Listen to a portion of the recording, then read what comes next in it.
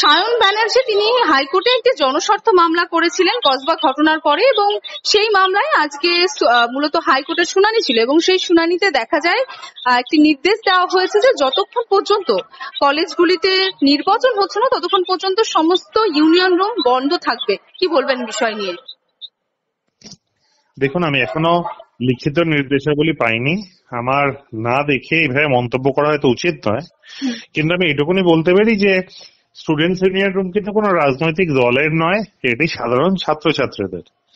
সাধারণ ছাত্রছাত্রীরা কলেজের বিভিন্ন প্রয়োজন অপ্রয়োজনে যাদের সাহায্য পায় সেটা হচ্ছে স্টুডেন্টস ইউনিয়ন রুম। আপনি সেটা কলেজ কনসেশনের কথা বলুন, কলেজের অ্যাডমিনিস্ট্রেশন রিলেটেড বিভিন্ন সাহায্যের কথা বলুন, কলেজের রুটিনের কথা বলুন, বা বিভিন্ন নিত্য নৈমিত্তিক বিভিন্ন প্রয়োজনে যারা পাশে দাঁড়ায় তারা ইউনিয়ন রুম। তো সেই ক্ষেত্রে এইভাবে ইউনিয়ন রুম আমার বিশ্বাস করি 7ই জুলাই পরবর্তী শুনানির আগে নিশ্চিতভাবে সেটা বুঝতে পারবে মহামান্য আদালত, এবং এমন কোনো সিদ্ধান্ত নেবেন না যেটা ছাত্র বিরোধী হয়। কারণ আমি বরাবরই দেখেছি আদালত যারা ছাত্র বৎসল, কোনো বিক্ষিপ্ত ঘটনাকে কেন্দ্র করে বাকি প্রায় 500টা কলেজের অবস্থা তো এক নয়। যদি কোনো জায়গায় কেউ কোনো ভুল করে থাকে সে সেখান থেকে শাস্তি পাবে। তার জন্য সমস্ত সিস্টেমটার বোধহয় চেঞ্জ হওয়ার মতন এখনো কোনো জায়গায় আসেনি। যদি দাদা এই নির্দেশ দিয়ে থাকে আপনাদের তরফ থেকে কি কোনো রকম কোনো আবেদন করা হবে?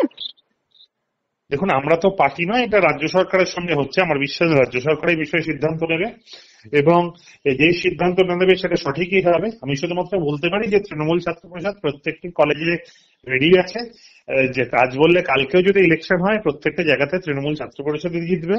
যে অপোজিশনে নাচানাচি দেখছেন, এদের বেসিক্যালি কলেজ গ্রাউন্ডে কোনো যোগাযোগ নেই, কলেজের ছাত্রছাত্রী এদের নেই, এদের বেসিক্যালি মানে বহিরাগতদের নিয়ে এরা বিভিন্ন কলেজ গেটে যাওয়ার চেষ্টা করবে। আচ্ছা, থ্যাংক ইউ দাদা। আরো ভালো ভালো খবর দেখতে সাবস্ক্রাইব করুন বাংলা হান্টের ইউটিউব চ্যানেল। বাংলা হান্টের আরো খবর দেখতে নজর রাখুন। বাংলা খবর মানেই বাংলা হান্ট।